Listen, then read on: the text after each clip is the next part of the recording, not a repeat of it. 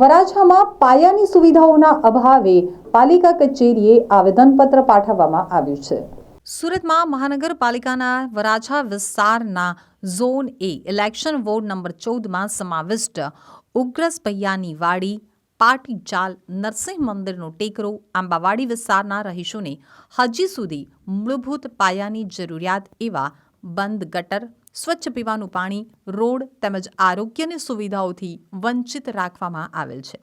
તેમણે સદર વિસ્તારમાં 15,000ની વસ્તી વચ્ચે ઠેર ઠેર જાહેરમાં ગટરના દૂષિત અને દુર્ગંધ મારતા પાણી જાહેર રોડ ઉપર આંતરિક ગટર લાઇનોના અભાવે વહી રહ્યા છે, જેના કારણે આ વિસ્તારના રહીશોએ 12 માસ આ નરકાગાર અને રોગાચાળની ગંભીર સ્થિતિમાં જીવન વ્યતીત કરવાની ફરજ પડી રહી છે। તેમ છતાં નિષ્ઠુર શાસકોના પેટનું પાણી પણ હલતું નથી।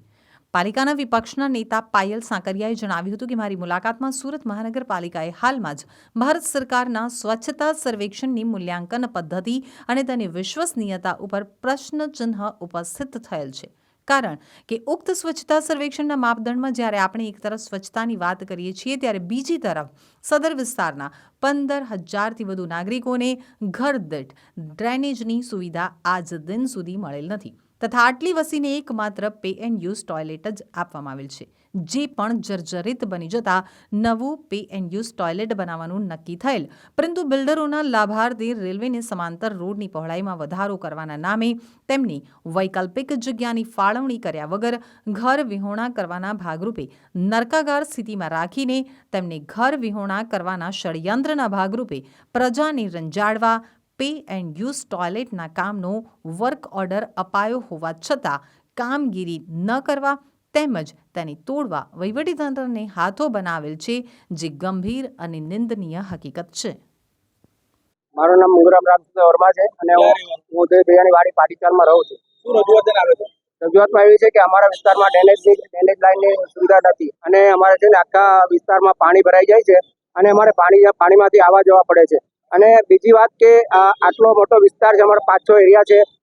ગણેશનગર છે, આંબાવાડી છે, ઉદયભૈયાની વાડી છે, પાટીચાલ છે, દલિત વસાહત છે, આ બધામાં નરસિંહ મંદિર ટેકરો છે, આ બધામાં ડ્રેનેજ લાઇનની ગટર લાઇન સુવિધા છે જ નથી। અને ખરેખર જે